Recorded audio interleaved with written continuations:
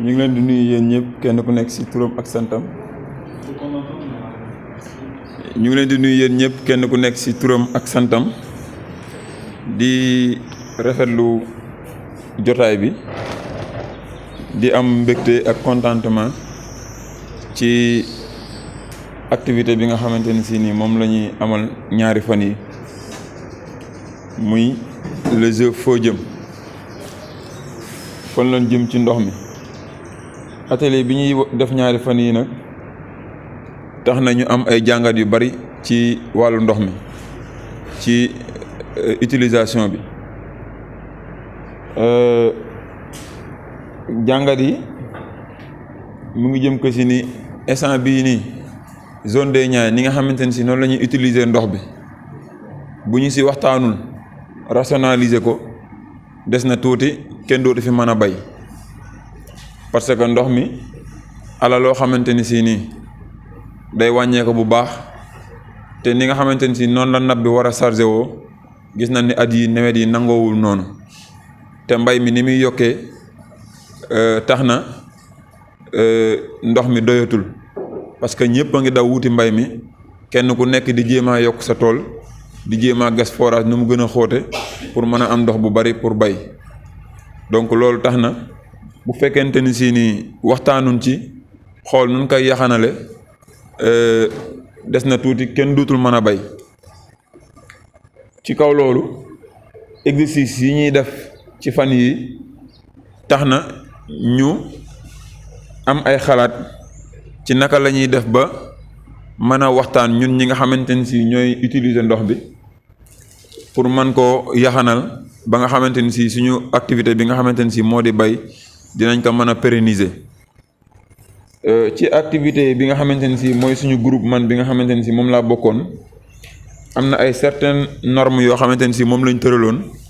pour jéem a xool naka la ñuy yaxanalee ndox mi bi ci jiitu mooy ñi nga xamante ni si ñoo séq ndox mi di ko utiliser war nañ mën a organiser wu soit ci benn coopérative wala lu mel ni GIE wala association en tout cas benn forme d'organisation boo xamante ni si dina leen permettre ñoom ñu mën a tënk ay certains règlements yoo xamante ni si nii buñ ci tënkoo dinañ mën a xool ni ñuy def ba yaxanal ndox mi te seen liggéey du yàqu bi ci jiitu mooy ñu créer association bi d'abord ñu créer coopérative bi d'abord coopérative boobu rôle am mooy dajale ñi nga xamante ni si ñoom ñooy baykat yi yëpp yi nga xam dañuy soxla ndox li ci jiitu mooy avantage yi ci nekk mooy coopérative bi moom mooy financer baykat yi ñoom ñooy joxe semence yi ak yenn intrants yi léegi bu ñu la joxee semence ak intrant dañuy am ay chartes yoo xamante ni moom lan lay teg pour nga liggéey ci boo respecté chartes yooyu à 100% booy ñëw di fay li ñu la lebaloon xaaj bi ngay fay dañ lay may benn xaaj bi bu fekkente ni si nag charte yi nga xam moom nga warloo ak yaxanal ndox mi respecté woo ko liñ la lebaloon double bi ngay fay par exemple bu fekkente ni si ni coopérative bi daf laa lebal 5 millions yi en termes de semence ak intrant bu fekkente ni si ni gis na ni sa système bi ngay liggéeyee respecté nga règlement bi nga xamante ni si mooy yaxanal ndox dootoo fay 5 millions mais 2,5 millions ngay fay bu fekkente ni si dañoo gis ni yow respecté woo réglementation yi ñu tëral ci wàllu yaxanal ndox bi double ngay fay boo lebee 5 millions 10 millions ngay fay comme maanaam yeneen 5 millions amende lay nekk quoi donc loolu mooy li nga xamante ni si moom lañ tëral ci règlement système yi nga xamante ni si nag moom la ñu tëral pour yaxanal ndox bi si jiitu mooy ñetti système yi moom lañ fi amagul mooy roose ak seau wala roose ak lance wala roose ak li nga xamante ni si mooy le système goutte à goutte ñett yooyu noonu ñu ni lance moom moo ci dàq yàq ndox kon ñun dañ koy bannir parce que doyaluñ ndox kon lance kenn mënu kaa bayee bi ci des mu des kon ñaar seau ak goutte à goutte seau bi ñu ni moom it ba léegi day yàq ndox kon koo xamante ni si nii soo nga fas yéenee bayee benn tool rek lañ la may droit nga bay ko benn tool rek lañ la may droit nga bay ko boo demee ba nga xamante ni si nii da ngaa fas yéenee bay ñaari tool système goutte à goutte rek nga mën a bay si ñaari tool yëpp soit benn tool ngay bay soo wala booy bay goutte à goutte nga bay ñaari tool wala ñetti tool yaa xam mais goutte à goutte nga ko mën a bay saa boo décidé yokk sa surface rek goutte à goutte nga mën a bayee donc loolu dina permettre ñu yaxanal ndox bi yaa ngi dégg loolu mooy li nga xamante ni si moom lañ tëraloon bi ñu ko defee aussi suñu première année gis nañ ni ñun ñëpp def nañ show mais bay nañ année ba mu jeex amuñu problème mu ndox bi ñu demee deuxième année bi ñu décidé ni dañuy def goutte à goutte bi ñu defee goutte à goutte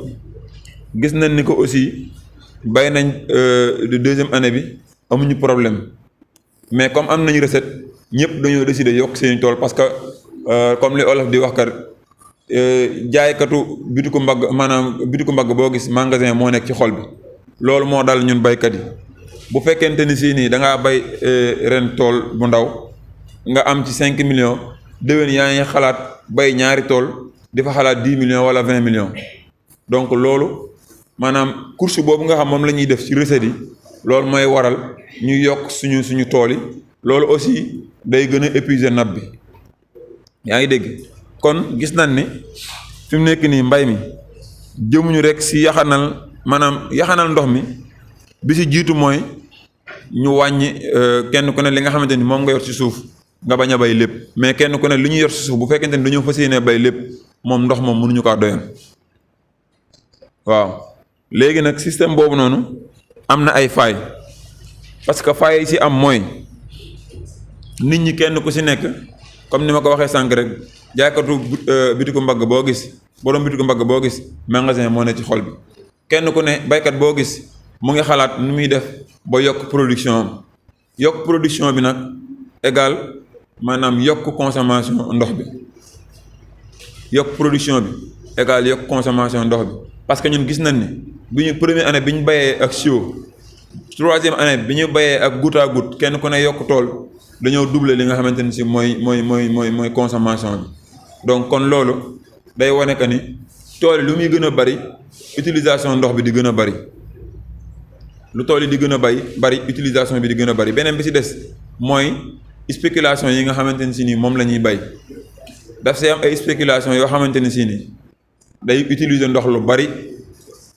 mais si ngay ëpp sens pour am xaalis parce que moo gën a jar ci marché bi yeneen yi nga xamante ne si nii li muy utiliser ndox bariwul boo ko jaayee mën nga am bénéfice mais doo bari la léegi course bi nga xam moom la ñuy def ci wàllu bénéfice bi ci wàllu xaalis bi loolu moo ñuy pousser à ce que ñuy choisir spéculation yi nga xamante ne si day consommer ndox lu bari comprendre donc loolu dafa laajaat ñu defaat ay jàngat de telle sorte que comme ni ñu ko waxee woon sànq ñu def spéculation yi ñu fexe ba coopérative bi di ko def par quota d'abord ndox mi mais spéculation yi kenn ku nekk ñu wax la li nga xamante ni si moom ngay bay ba pare mu nekk à tour de rôle bu ñuy boyee pomme de terre année bii nii année bee ñee bay lii année bii ñuy bay lee mais kenn ku ne ñu fexe ba li nga xamante ni si mooy spéculation yi nga xamante ni yaakaar nañ ni amul xaalis nañ fexe ba kenn ku ne ñu imposer la nga bay ko ci benn année bu ko defee dinañ ko kenn ku ne di nga mën a bay spéculation yëpp mais ñu def ko à tour de rôle loolu daal lañ xalaat ni buñ ko defee kenn dootul daw dara loolu mooy li nga xamante ni si amoon nañ si luñ koy wax bu fekkente ni si nii fàttewuñ dara. teeni 15 mètres yaa ngi dégg ñaari nit am ay teeni 10 mètres léegi bi ñu waxtaanee ñu ni ñi nga xam dañoo am teeni 10 mètres bu leen seetaanee maanaam des na tuuti bu ñu bayee première année deuxième année duñ bay donc kon ñun dañuy bay kenn ku nekk benn tool bu ko defee ñooñu deuxième année bi ñoom dinañ am possibilité yaa ngi dégg mën a yokk seen forage wala ñu mën a changer système d'arrosage bi quoi yaa ngi dégg léegi bi ñu bayee première année boobu deuxième année bi ñu ñëw yàlla dogal ñëpp am possibilité changer seen système kii bi d'arrosage bi léegi ñun ñëpp ñu bàyyi soo yi dem di arroser goutte à goutte loolu moo permettre ñi nga xam ay teeni 10 mètres lañ amoon économie boobu ñu def si ndox mi moo leen permettre ñu mën a bay deuxième année boobu ba mu jeex mais troisième année bi ñu demee gis nañ ni kenn ki bayul mais erreur la def rek si campagne bi parce que amoon na possibilité moom mu creuser teenam ba 15 mètres wala 20 mètres parce que amoon na moyen yu mu ko defee mais comme li ñuy wax rek dafa focaliser wu woon ci li nga xamante ni si nii maanaam mooy recettes yi quoi. Bonjour, du coup Camille Jaël, je suis chercheuse au CIRAD, Centre international de recherche pour l'agronomie et le développement, donc basé à Montpellier, et je suis géographe. Sur quoi évolue le CIRAD? Sur quoi évolue le CIRAD? Donc le CIRAD, c'est un centre de recherche qui travaille sur les questions qui touchent les agriculteurs dans les pays du Sud. Donc c'est très large. Comme question, ça va des questions environnementales, économiques, jusqu'aux questions de nutrition et de biologie. Alors, sur quel pays vous évoluez? Moi, j'ai passé 2 ans au Sénégal, donc je continue à travailler un peu au Sénégal. Le CIRAD existe dans les autres pays? CIRAD existe dans les autres pays, oui. Il est beaucoup en Afrique de l'Ouest, en Asie et en Amérique du Sud. Est-ce que vous pouvez revenir sur le jeu qu'on a fait tout à l'heure? Comment ça s'appelle? Podium. Est-ce que vous pouvez nous expliquer le contenu? Donc c'est un jeu qui a comme objectif de faire ressentir aux agriculteurs maraîchers la baisse du niveau de la nappe phréatique et qui permet de faire qu'ils se rassemblent et qui discutent de questions et de problèmes et de réponses à ces problèmes. Et donc en fait, il est assez simple, les joueurs représentent des agriculteurs qui chacun ont des parcelles et des cultures. Et au milieu de la table, il y a une nappe phréatique qui est représentée par une bouteille d'eau remplie. Et donc à chaque tour, les agriculteurs font des choix de culture pour atteindre des revenus et doivent puiser de l'eau dans la nappe phréatique pour leur culture. Tout à l'heure, vous avez animé vision future du futur. C'était quoi? Alors après ça, c'est un autre exercice. Cet exercice s'appelle le triangle du futur. Donc il consiste à imaginer une vision qu'on veut atteindre, qui n'est pas encore dans le présent. Donc là, nous, on a travaillé sur l'existence d'un cadre de concertation qui permette de parler, de se concerter sur les problèmes d'eau, les stratégies à adopter et les implémenter. Donc on a cette vision du futur et en fait cet exercice permet de travailler sur les obstacles aujourd'hui qui s'opposent à la réalisation de cette vision du futur, ainsi que les poussées du présent, c'est-à-dire toutes les actions, les initiatives ou les structures qui vont déjà vers ce futur souhaité, et pour ensuite réfléchir ensemble à des actions qui permettent de lever les obstacles et d'appuyer les poussées du présent, les initiatives présentes. Qu'est-ce que les PLE peuvent attendre du CIRAD? Qu'est-ce que les PLE peuvent attendre du CIRAD? Le CIRAD travaille dans le cadre du projet Niaï 2040, qui est un projet du CIRAD et de l'AFD. On travaille en partenariat avec le GRET pour faire des animations autour de ces questions d'eau. Du coup, ça fait déjà 2 fois que le CIRAD vient dans les PLE pour faire des animations, pour proposer des outils. Le CIRAD a déjà mis en place une prospective sur les Niaï, qui avait déjà été présentée dans les PLE. Et aujourd'hui, c'est le CIRAD qui a mis en place ce jeu et qui vient le proposer pour les PLE comme outil de réflexion. Qu'est-ce que vous attendez des PLE? Qu'est-ce que j'attends des PLE? Grande question. Nous... Est-ce que vous êtes satisfait du déroulement de ces 2 jours? Oui, c'était très intéressant. Je pense que les participants j'espère en tout cas qu'ils ont aimé et que ça les a touchés, ce jeu. En tout cas, à la fin, dans les conclusions, les participants avaient l'air de dire qu'ils voulaient reproduire ce jeu, le diffuser à grande échelle, et que ça a été un moyen pour eux une prise de conscience assez importante. Donc j'espère que ça sera le cas. Merci.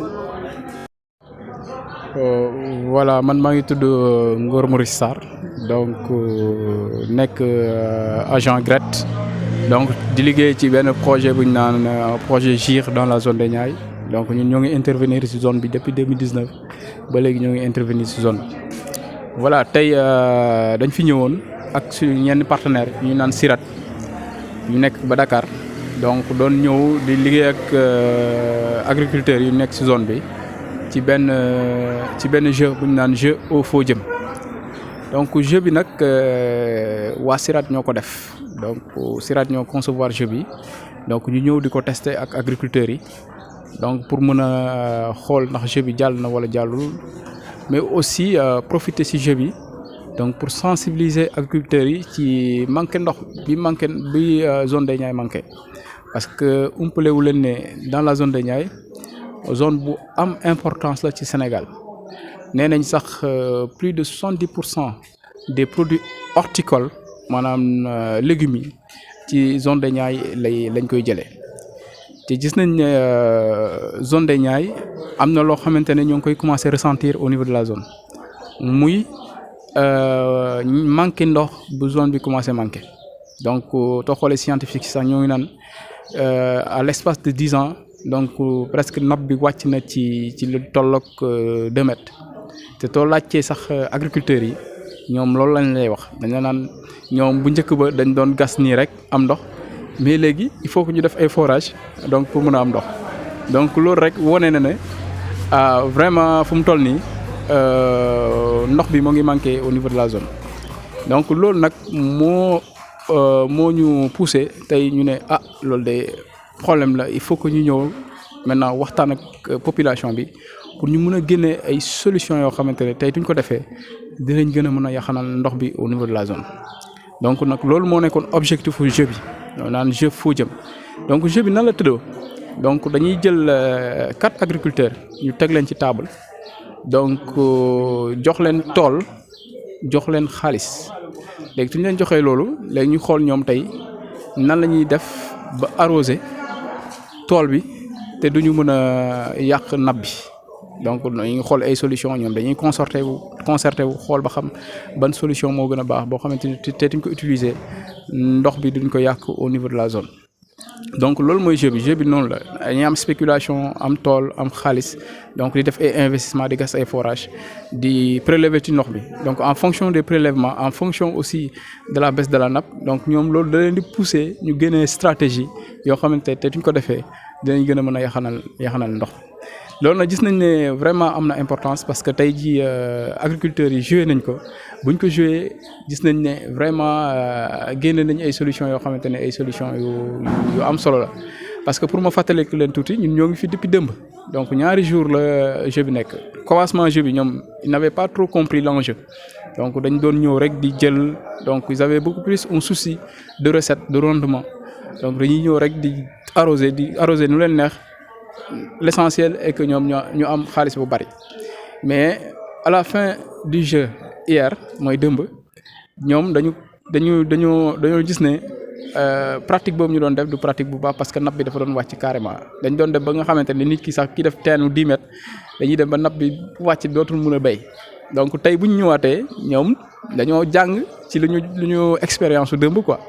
donc tey la première chose bu ñu def moom mooy dañoo concerté wu toog waxtaan. voilà ñun lan lañ mën a def tey ba nga xamante ne dinañ mën a béy te nappe bi dinañ ko mën a préserver donc boobu la ñu commencé génne ay solutions di teg ay solutions yu mel ni par exemple groupe 1 ñoo ngi naan ñoom dañuy def benn convention boo xamante ne dañ ciy tëral ay loi yoo xamante ne nit ku ko respecté wul rek dañ ci teg la ay daan maanaam nit ki warul béy lu ëpp benn tool.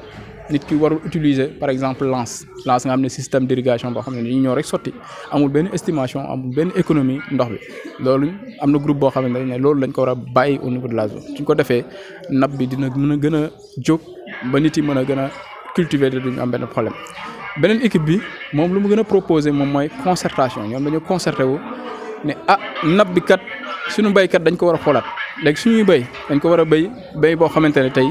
dañuy am information ci nappe bi. donc nappe bi nu muy yéegee ak nu muy wàccee ñuy bayee noonu maanaam nappe bi tuy wàcc ñu xam ne mu ngi wàcc ñu bay tuuti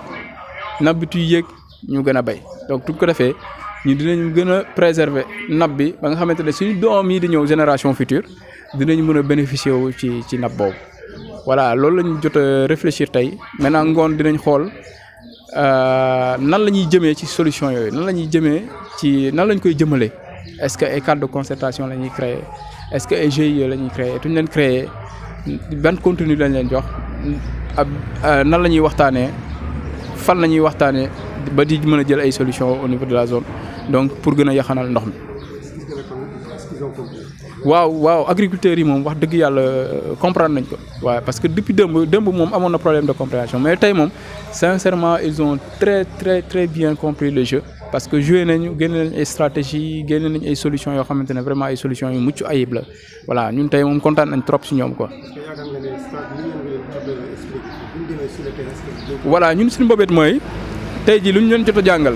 maanaam lu ñu jot a jël fii comme expérience lu ñu jot a jël fii comme xam-xam ñu mun ko répliquer au niveau de la zone maanaam tey ku nekk bokk nga ci benn organisation de base tey li nga jot a jot jeu bi nga joué ko ak sa organisation de base su ko defee yow xam-xam bi nga ci jël ak yeewute bu nga ci jël donc nga mën a yee say morom ñoo xamante ne ñoo ñëwuñ ci atelier bi mais yow nga répliquer leen ko wax leen ko su ko defee ñoom ñu mën a ci bénéficier wu comme ñëpp merci.